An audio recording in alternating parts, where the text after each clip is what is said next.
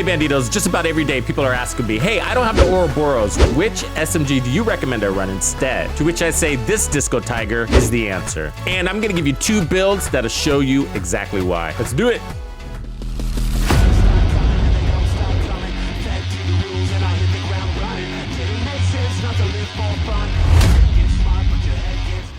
Hey Bandidos, so I know a lot of you are out there thinking I'm never gonna get the Ouroboros, or I don't wanna play Paradise Lost. So I guess that's why I'm not getting the Ouroboros. I get it. Some of you are really busy, or some of you don't wanna play that type of content and just not into it. That's totally cool. And so the point of today's video is to give you the real alternative to the Ouroboros. And so a lot of people have been asking me, probably on the daily, multiple times, hey, if I don't have the Ouroboros, which SMG do you recommend? And that's what we're bringing you today. And so watch the gameplay footage carefully. I mean, it is an absolute beast and one of my favorite SMGs in the game. And I think you're gonna love this build.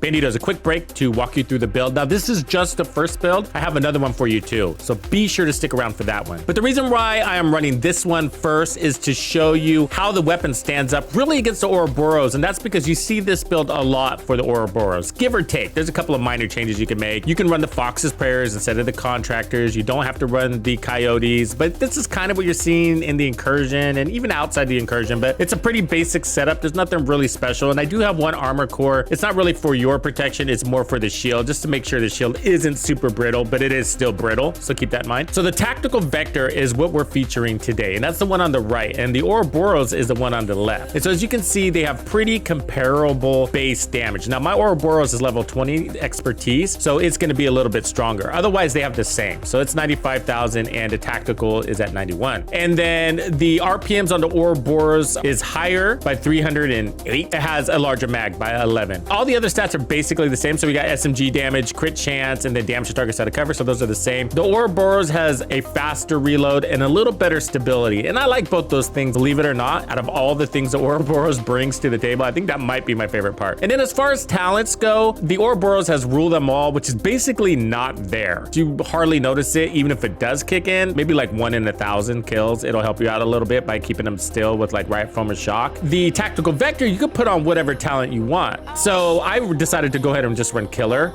Just straightforward for SMGs. That's 40% crit hit damage for 10 seconds, and it's refreshing on every kill as long as you crit. So pretty easy to maintain. If you wanted to bring this up in RPMs, you could also run Measured for another 20% RPM boost, which is pretty fun. And so otherwise, one of the bigger differences is mods. And so if we take a look at the tactical vector, I'm running crit chance at 5% there, 5% there, and 5% there. So that's 15% crit chance. And then I got 20 rounds in the mag. The Ouroboros has 10% crit damage and 10% crit chance and 10% rate of fire, which is already reflected in the stats, so might as well not be a mod. And then of course 25% reload speed, which is also in the stats. It's got 5% more in crits because of that, so a total of 20% in crits, and this one can only handle 15% in crits. You see that? So it's a 5% difference there. My point in giving an extra moment on the mods is that this one, what they gave us is basically the tactical vector, and they just put better mods on it, and that's because the talent isn't really standing out. And so I think if the devs really gave this a talent that really stood out, then the weapon would also stand out to be, I guess, more exotic-y, making up words here, but exotic-y, you know? And so it doesn't feel super exotic. It's just a very powerful weapon. The thing is, the tactical vector is already really powerful. This is why if you don't have the Ouroboros, this is your new best friend. The tactical vector feels like it needs more DPS. That thought has never crossed my mind. And that's what the devs delivered us. They delivered us a tactical vector with better DPS. More sustainability as well when it comes to damage. So the increased RPM is sort of, I mean, I gotta say, and I love fast weapons, so this is hard for me to say, but it's sort of blah on Ouroboros. Or let me say it this way. They took the fastest weapon in the game and they made it faster. When a weapon is already fast and they make it faster, it just ends up being fast. So there's good and bad here. So the good thing is that RPMs are direct impact and a multiplier to your DPS. And so if you're gonna have 20% or whatever the difference is in RPMs added to your build, then you're gonna have 20% better DPS. So it's a very straightforward way to boost your DPS, but it's also a very straightforward way to boost your MSPS, missed shots per second. So like, adding more RPMs to a weapon that's already fast makes the MSPS really bad, which is not a problem when you're shooting a big, fat, juicy target that's standing right in front of you and you're shoving your gun in his belly button and pulling the trigger. Yeah, very easy to build up those stacks, minimize your misses or whatever you're doing, right? But for the rest of your gameplay, when you're kind of running and gunning and squeezing in a few headshots here and there or whatever, there's a lot of MSPS happening, and that's kind of hurting your DPS. So what the devs did with the Ouroboros is they gave it a bigger mag and a faster reload to compensate for the RPM buff. But the reality is they had to. They had to, because otherwise you're going to be reloading all the time. So what happens if they reverted those things? So what happens if they took away the RPM on this weapon? You're gonna end up with just a tactical vector. It's really interesting the way this pans out. So on paper, the Ouroboros is stronger on paper, stat-wise. Of course it is, because it's got a bigger mag, a higher RPM, and a faster reload times when you're landing all your shots in a testing range or when you're shooting at a paper target. Of course it's gonna be stronger. On paper, it's very stronger. But in gameplay, very hard to notice. In fact, in the gameplay you've just been watching, I have been sneaking in the Ouroboros in the gameplay. So I was swapping weapons to see if you guys would notice. Even when I'm running the Ouroboros and I'm switching back and forth with the tactical vector, I'd have to look down to see which weapon I had in my hand because they kill the same. I perform the same. My time to clear is the same. My time to kill is basically the same because the tactical vector is already killing so fast, it doesn't need anything. And so it's got 39 rounds in the mag. And I like that the Ouroboros has 50 rounds in the mag. But the reality is that the job still gets done with 39 rounds and you're reloading all the time anyways. And so the extra rounds in the mag sometimes come in handy, especially when you're reaching out beyond your natural optimal range, then those extra bullets are gonna come in handy. That's when they mostly come in handy because you have some damage drop off and extra missed shots when you're reaching out further. And so that's where the bigger mag comes in handy. But the reality is whether it's 1.7 seconds or 1.3 second reload, those are both lightning fast reloads. Lightning fast. 1.7 seconds is an impressive reload. You're happy with that. So they gave us a faster reload, but is that 1.7 to 1.3 seconds a game changer? Well, on paper it is, but in the game, I don't notice it. But it's nice to have. I'll take a faster reload. Sure, thanks devs. So what's really interesting, this is what I find interesting, maybe you do, maybe you don't, but what's really interesting is that the Ouroboros exotic SMG without a talent matches in gameplay the tactical vector with the damage talent. So that's impressive, right? Because the Ouroboros doesn't have a damage talent. And so that's what's good about the Ouroboros. It's pretty straightforward. You don't have to worry about proccing killer or getting a kill. It's gonna have an equal time to kill, equal survivability, and support your time to clear equally as the tactical vector with killer would, except you don't have to worry about your talent. You can just run around and pull the trigger. And so that's what's really cool about the Ouroboros is it just works. Now, the cool thing about the tactical vector is you got flexibility, and the reality is that it also kills so fast you don't even need the killer talent. You could also use preservation and pull in some more armor on kill. And you can't do that with the exotic because it's fixed. So you're gonna have to look for added survivability other ways. But that being said, again, on paper and certain circumstances, the Ouroboros is going to outperform the tactical vector because of those stats. And so maybe when you got a big, fat, juicy boss standing in front of you, like in the Incursion, for example, it's very helpful to have that extra mag and a faster reload. That's extra sustaining damage is really helpful in those cases. So yeah, and then so besides that, on paper, the Ouroboros is by far the better weapon when compared to the tactical vector. But in gameplay, I'd be surprised if you noticed it. Let me know if you do. All that aside, I do notice that the Ouroboros has a bigger mag. And in the past, before the Ouroboros was even a topic, I've said that, oh, I really wish the tactical vector had a bigger mag. However, since I've had my Ouroboros, I've been running tests between it and the tactical vector, and it doesn't really impact my gameplay in most game modes. In a few of them, it might, but like the Incursion, but outside of the Incursion, I haven't really noticed it helping out a ton. Everything just drops the same, but it's a great one to have in your arsenal. So I do suggest that you get the Ouroboros, but I get it if that's something that you're not capable of achieving due to time constraints, or you're just not willing to run that type of content. Totally get it. I'm running Firewall. I suggest you do. That's going to give you access to the Striker Shield, which gives you additional damage to targets that are standing in front of you. And that damage increases depending on how many targets you have. So very strong. And this is just a tier 1 shield. And so this is sort of just a base build here to kind of get you started. I'm running 4-piece Striker, and I decided to run the chest piece just because that's how we've been running the Ouroboros. So I wanted this to be a very comparable build. And so of course, Strikers gives you weapon handling, rate of fire, and then Striker's Gamble is giving us 100 stacks of amplified damage. And then the chest piece is pushing that to 200. And so I weapon damage damage and crits. And then I have the backpack that's giving us weapon damage and crits, and then pushing that 0.65% amp damage to 1% amp damage. So basically giving you more damage. And you know, it's kind of an easy backpack because you don't have to think about much. Okay, and then the knees is weapon damage and crit damage. And then the holster is armor and crit damage. And then on the gloves, I decided to run the contractors because I wanted that damage to armor and then crit damage. And the reason why I wanted damage to armor is because my SMG already has damage to targets out of cover. You could also just run group row or foxes. It's just really not going to matter, to be honest with you. So just go with what you have. And then I'm running the fixer because it's our only source of heals. And for the backup, I am running the rock and roll shotgun. Just run any ACS you have, but you're using this just for stacks. Super helpful to kick off the fight there. So I recommend using it like at the beginning and the middle of your gameplay or your control point, whatever you're playing. Just use it to make sure that you're getting these stacks. All right, stats wise, we're at 58% crit chance, 141% crit damage, and that's basically it. There's not much else to see on the build. Hey Bandidos, the community we have built together wouldn't have been possible without you.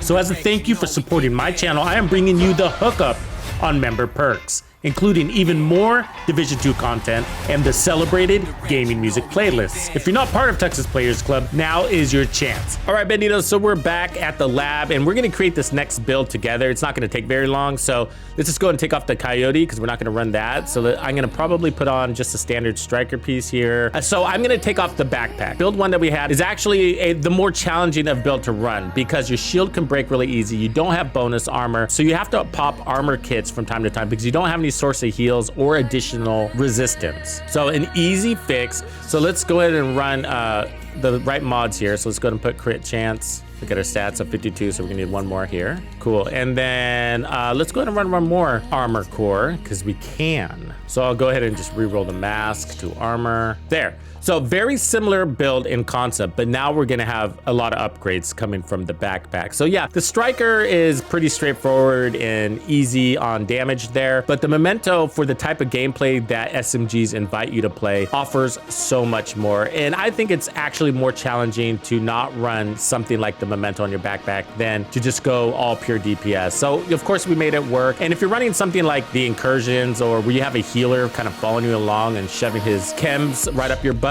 then yeah, you know, you don't really need bonus armor as much, but super helpful when you're playing solo or content where you're a little bit more independent and need to provide your own shielding, resistance, and heals. And that's what the memento is going to do for us. So we're going to get 5% weapon damage per red core that we have that's stacking. We got 1, 2, 3, 4. So we got 4 red cores. So that's 20% weapon damage that stacks. It's additive damage. It's super helpful because you kill so fast and you stack so many of those, they really power you up. And then you have 30% more weapon damage when you have 30 kills stacked up, and you can carry that to the next content. So in the end, you're gonna have 30, 50, 70, 90, and so on and so forth, and damage. But you're also gonna get bonus armor. So we're gonna get 10% bonus armor per blue core. We got 3 of those, so that's 30% bonus armor. And then we're gonna get 3% armor regen, which is gonna help our heals out a lot. That's gonna allow me to get rid of the drone, which is super helpful, and I can now run a decoy because Riot Foam is a biatch, and the decoy is gonna help pull some of that off as well. Turrets that are shooting at you from range. So that's actually a ton more survivability right there. More importantly, we now have a tier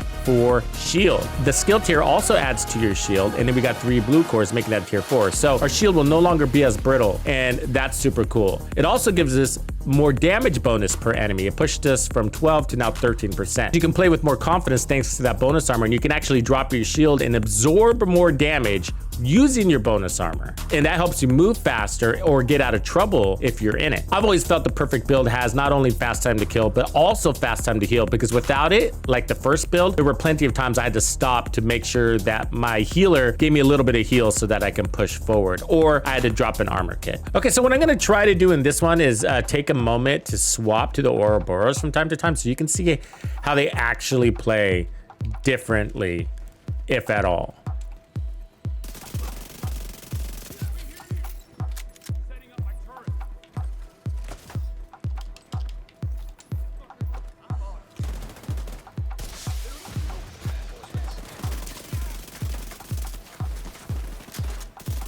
Getting our stacks up here. Hold on.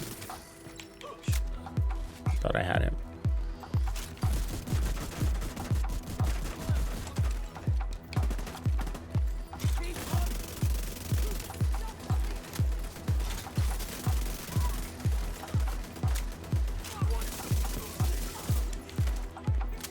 Oh, where is he? Where is he? Where is he? I'm back. Lost control. Hold on, let me get this foam off me. Get ready for the next guy.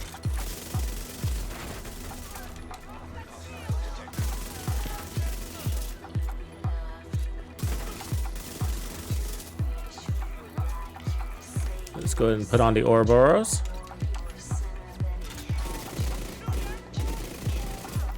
So what's cool about the Ouroboros right off of the bat is the weapon swapping. So with Perfect Killer, if you swap over to your shotgun, then you disengage Killer. Easy to get back, you just get one kill basically, but you know, it's something. All right, so let's see if you guys can tell the difference, maybe better than I can, between running the two.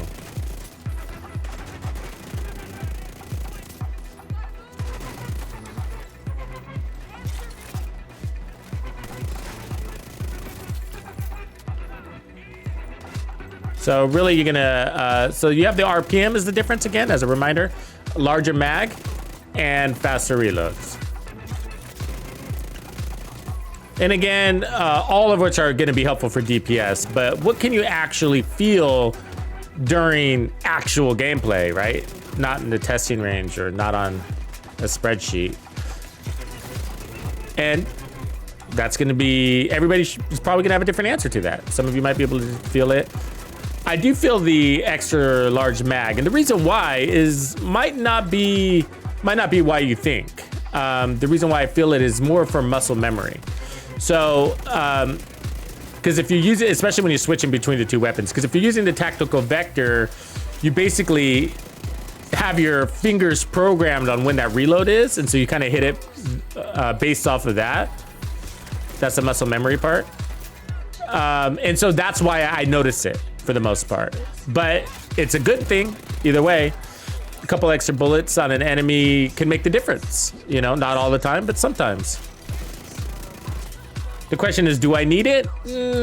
Not really, because the tactical vector, as you saw, did just as much as the Ouroboros. But the Ouroboros gives you basically just enough edge where you don't feel like you're in as much of a hurry. That's because it's not based on a timer. It's gonna stack things a little bit easier when it comes to that chest piece or whatever you're running. And in this case, it's the striker chest piece. So it does a little bit better in stacking, and that's very helpful. So that makes things just a little bit easier, which is a good thing. I gotta say, like, I love having the Ouroboros, but if I didn't have it, you know, I think I'd be okay because I already have the tactical vector. And when it comes to where I spend the most amount of time in my game, which for me is open world type flexible content, just a little bit more dynamic for me out here. And so this is where I spend a lot of my time, and the tactical vector out here performs just as well as the Ouroboros overall. I do the same time to clears, I have the same survivability, and my time to kill is perceivably the same. And what's really interesting is that my Ouroboros is level 20. What's a little bit mind-blowing to me is that how similarly they play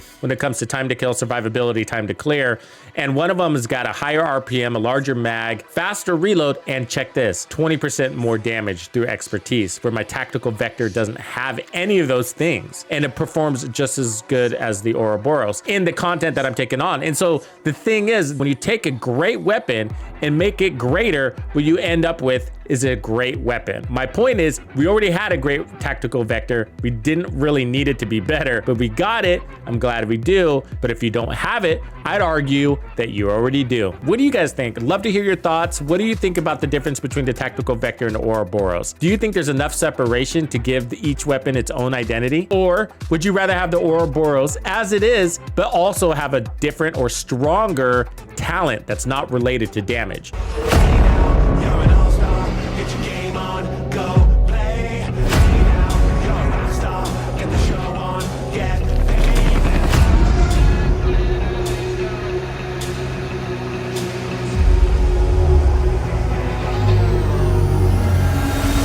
Follow me. I get it.